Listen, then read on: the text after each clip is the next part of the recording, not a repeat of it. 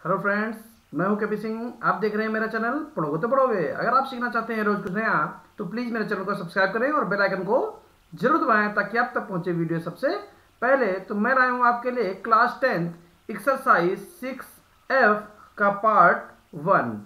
तो जल्दी से शुरू करते हैं एक्सरसाइज 6F। तो देखिए, पहले क्वेश्चन से हम लोग स्टार्ट करेंगे।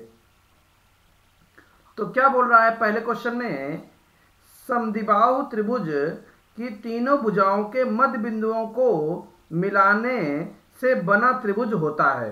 यानी एक समद्विबाहु त्रिभुज है, इस तरीके से एक समद्विबाहु त्रिभुज है,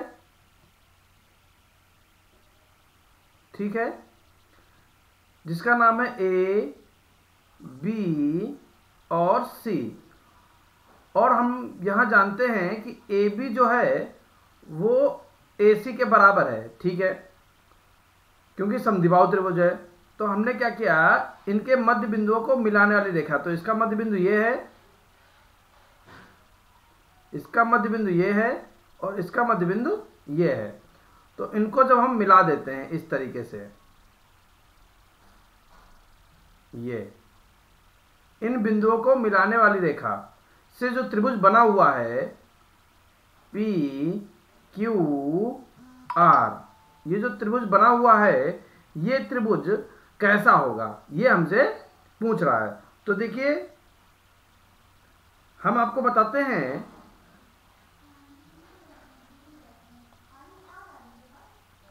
कि ए बी जो भुजा हमारे पास है, ये जो भुजा ए बी है ये पी क्यू की दुगनी होगी, पी क्यू की दुगनी होगी। क्यों होगी, किस नियम से होगी? क्योंकि किसी त्रिभुज के दो भुजाओं के मध्य बिंदुओं को मिलाने वाली रेखा तीसरी भुजा के समांतर व लंबाई में आधी होती है, ठीक है।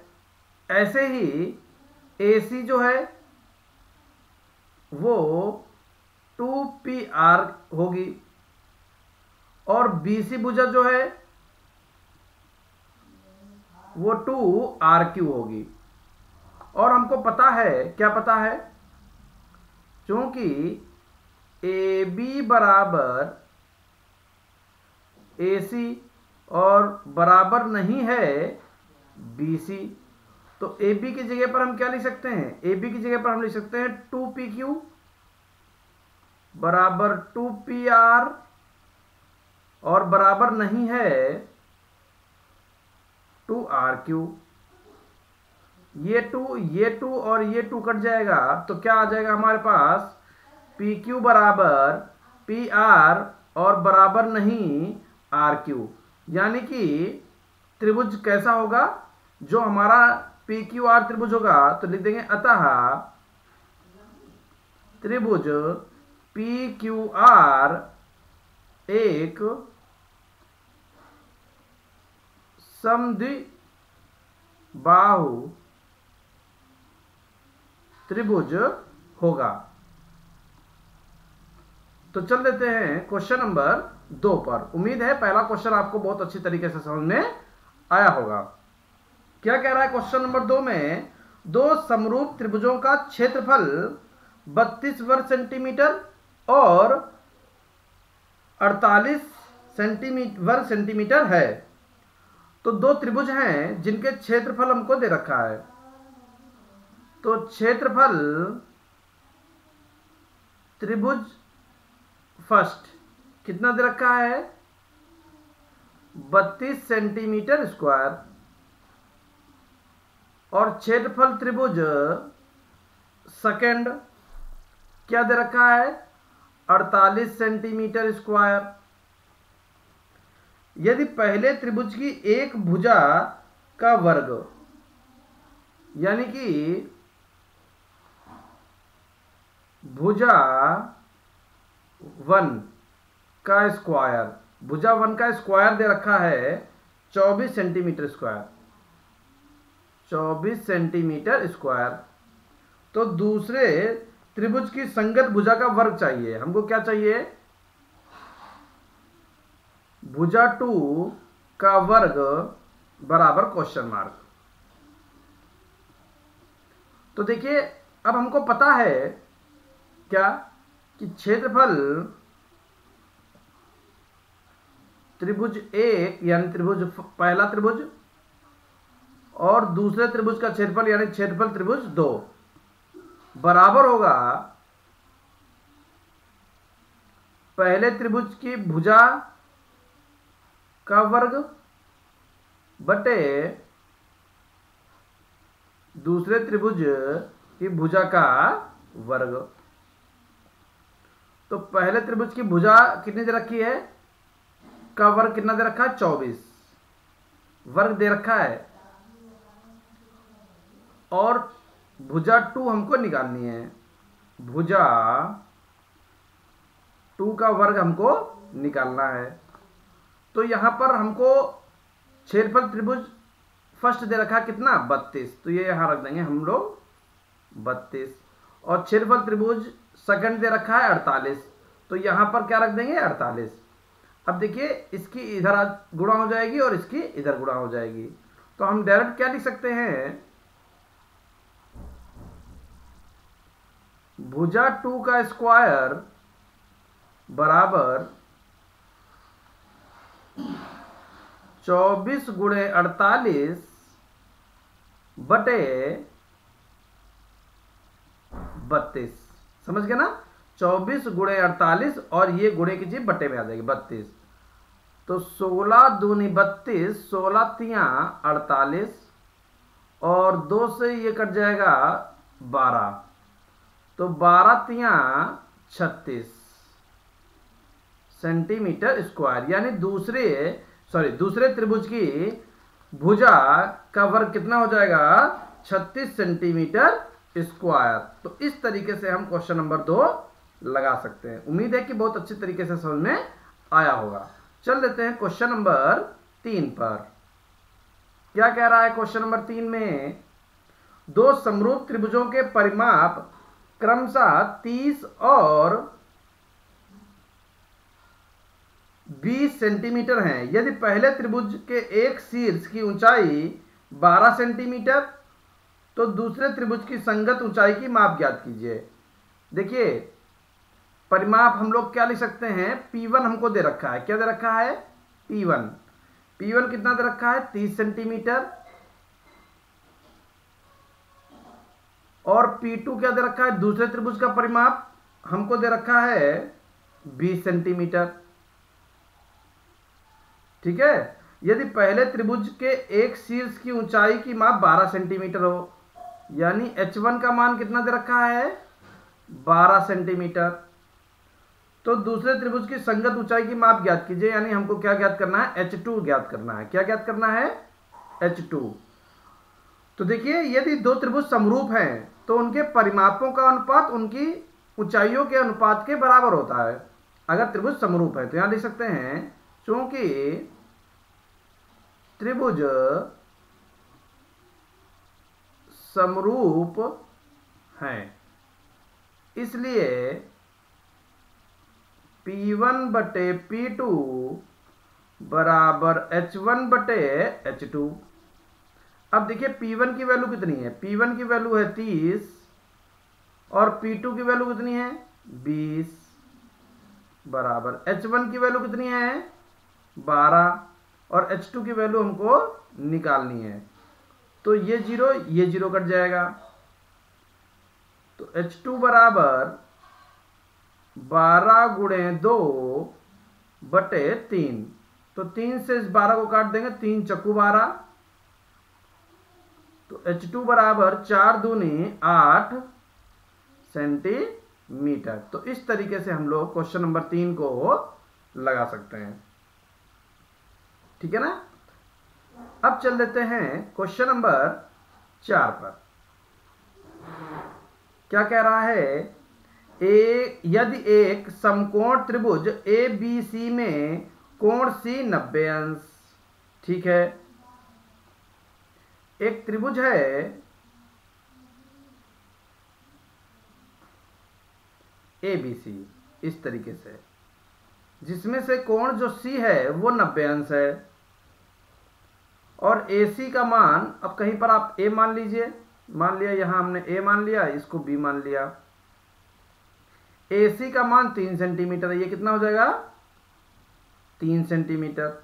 BC का मान 4 सेंटीमीटर, BC की वैल्यू कितनी 4 सेंटीमीटर।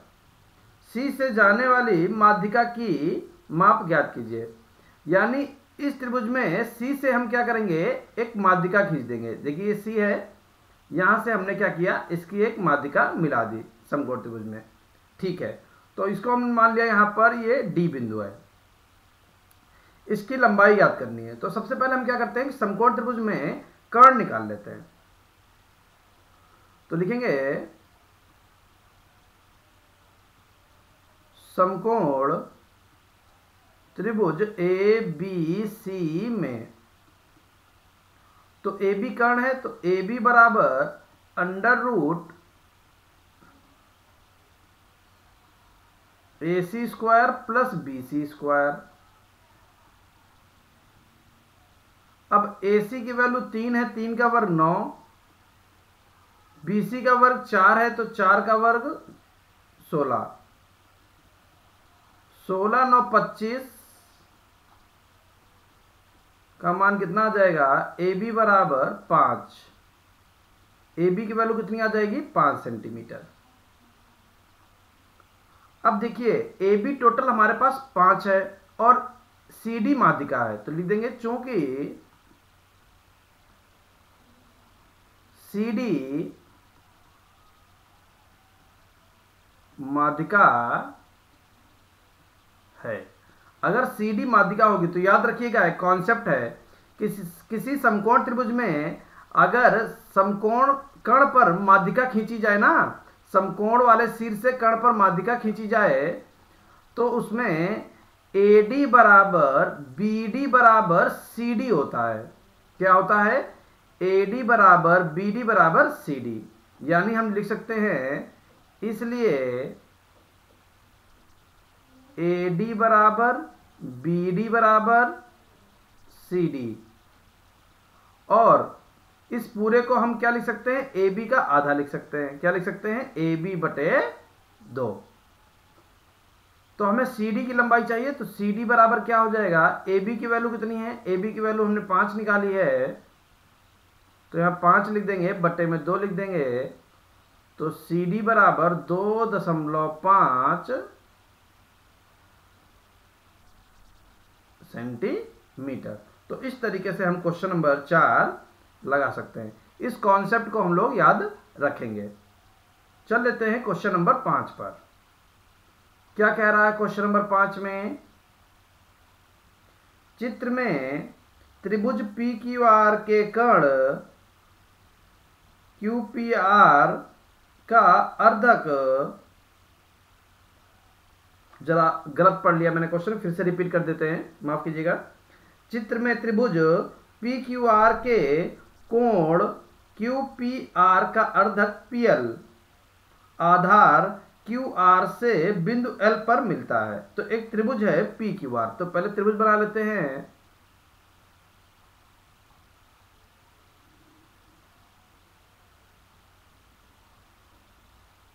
ठीक है, ये त्रिभुज है जिसका नाम हम लोगों ने क्या रख दिया, P Q और R।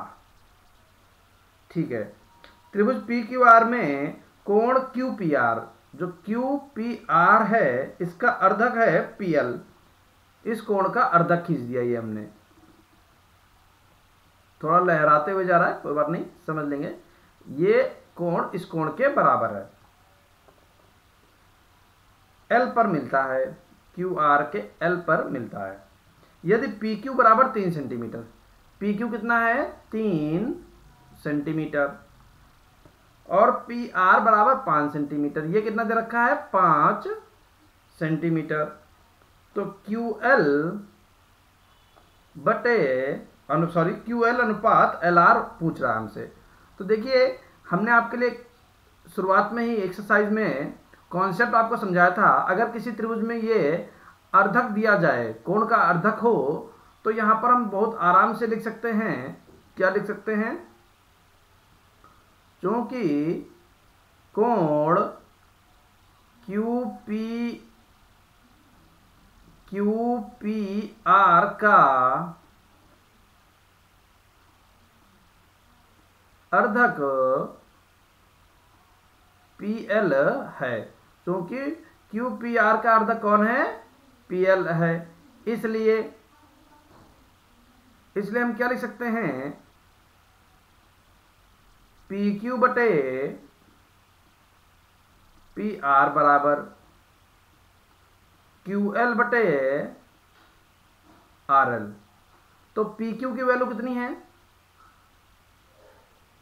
पी क्यू की वैल्यू है 3 और पी आर की वैल्यू कितनी है?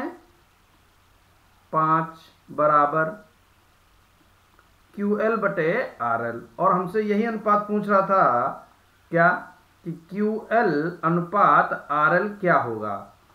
तो ये होगा 3:5। तो इस तरीके से हम क्वेश्चन नंबर 5 को हल कर सकते हैं। अब चल देते हैं क्वेश्चन नंबर 6 पर। तो देखिए क्या कह रहा है क्वेश्चन नंबर 6 में। बहुत ही आसान क्वेश्चन है। त्रिभुज ए बी सी और ए ई एफ समरूप त्रिभुज हैं। त्रिभुज ए बी सी समरूप त्रिभुज ए ई एफ। तो कोण ए ई एफ किसके बराबर होगा? तो कोण ए ई एफ बराबर होगा, देखिए ए ई एफ है ना, ए ई एफ कोण है, तो यहां पर कौन सा कोण ले लेंगे? बी। तो बराबर होगा कोण ए बी सी। तो ए ई एफ किसके बराबर आ जाएगा? ए बी सी के। देखिए बहुविकल्पी प्रश्न है, ये आप डायरेक्ट भी लगा सकते हैं। चल लेते हैं क्वेश्चन नंबर 7 पर। क्या कह रहा है? त्रिभुज ए बी सी में एक त्रिभुज है ए बी सी। इस तरीके से थोड़ा विकलांग त्रिभुज बना दिया हमने, इसको सही करेंगे।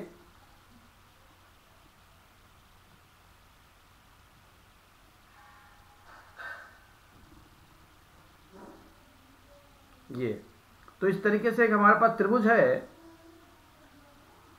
जिसका नाम है ए बी सी। और इस त्रिभुज में ए सी बी सी के मध्य बिंदु को मिलाने वाली रेखा डी ई है। ए सी और सी बी, ए सी और सी बी के मध्य बिंदु को मिलाने वाली, यानी ए सी का मध्य बिंदु ये है और बी सी का मध्य बिंदु ये है। ए सी और बी सी के मध्य बिंदु को मिलाने वाली रेखा डी ई है, यानी इसका नाम है डी ई। यदि डी ई का मान 3 सेंटीमीटर है और इसका मान कितना दे रखा है? 3 सेंटीमीटर। तो क्या कह रहा है? ए बी की माप बताइए। किसकी माप बताइए? ए बी की। ए बी बराबर क्वेश्चन मार्क, जबकि हमको डी ई का मान दे रखा है 3 सेंटीमीटर। तो देखिए यहाँ पर एक कॉन्सेप्ट है, वो कॉन्सेप्ट आपको तैयार है तो किसी प्रकार की कोई दिक्कत नहीं होगी। वो कॉन्सेप्ट क्या है? किसी त्रिभुज के 2 भुजाओं के मध्य बिंदु को मिलाने वाली रेखा तीसरी भुजा के समांतर और लंबाई में आधी होती है। तो अगर ये मध्य बिंदु है तो लिखेंगे चूंकि ए सी व बी सी के मध्य बिंदु ए सी व बी सी के मध्य बिंदु डी तथा ई है। अगर ये डी और ई इसके मध्य बिंदु हैं तो हम क्या लिख सकते हैं? ए बी बराबर 2 इंटू डी ई। तीसरी भुजा लंबाई में तीसरी भुजा के समांतर होती है, ठीक है, ये इसके समांतर होगी और लंबाई में ये आधी होगी, डी ई आधी होगी। तो डी ई आधी होगी तो ए बी कैसी होगी? दुगनी होगी। तो ए बी बराबर 2 इंटू डी ई। अब ए बी की वैल्यू कितनी हो जाएगी? ए बी बराबर 2 इंटू 3 यानी 6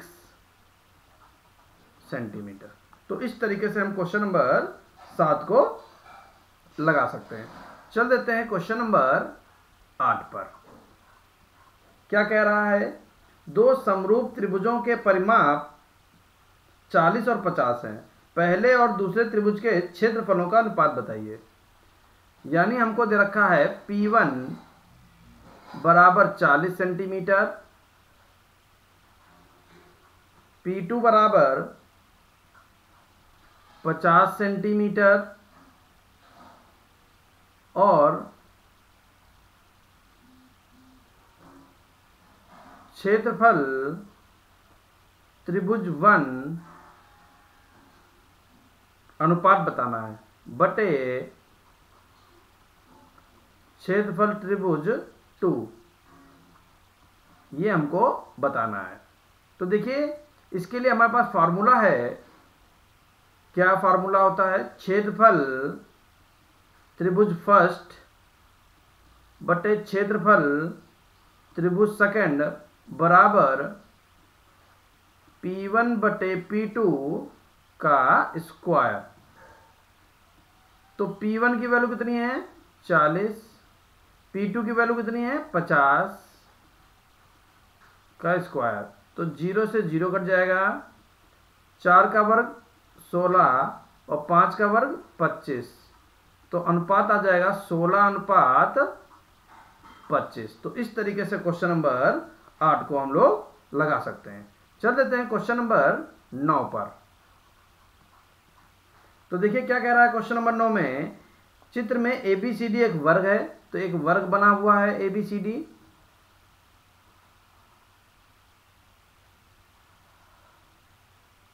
इस तरीके से, ठीक है। ये A है, ये B है, ये C है और ये D है। ABCD एक वर्ग है यदि AC 20√2 सेंटीमीटर हो। AC विकर्ण यानी ये कितना दे रखा है? AC बराबर 20√2 सेंटीमीटर। तो त्रिभुज ABC का क्षेत्रफल बताना है। यानी क्षेत्रफल त्रिभुज ABC हमको क्या करना है? ज्ञात करना है। तो देखिए अगर ये 20√2 होगा तो इसका हम दूसरा विकर्ण खींच लेते हैं और वर्ग के विकर्ण एक दूसरे को समकोण पर काटते हैं। किस पर काटते हैं? समकोण पर, ठीक है। यानी त्रिभुज ABC के लिए ये ऊंचाई हो गई और ये विकर्ण एक दूसरे को अर्धित भी करते हैं। अगर टोटल 20√2 है और ये P पर एक दूसरे को काट रहे हैं तो PB का मान कितना हो जाएगा? PB का मान हो जाएगा 10√2, ठीक है ना। तो लिख देंगे चूंकि वर्ग के विकर्ण एक दूसरे को लंब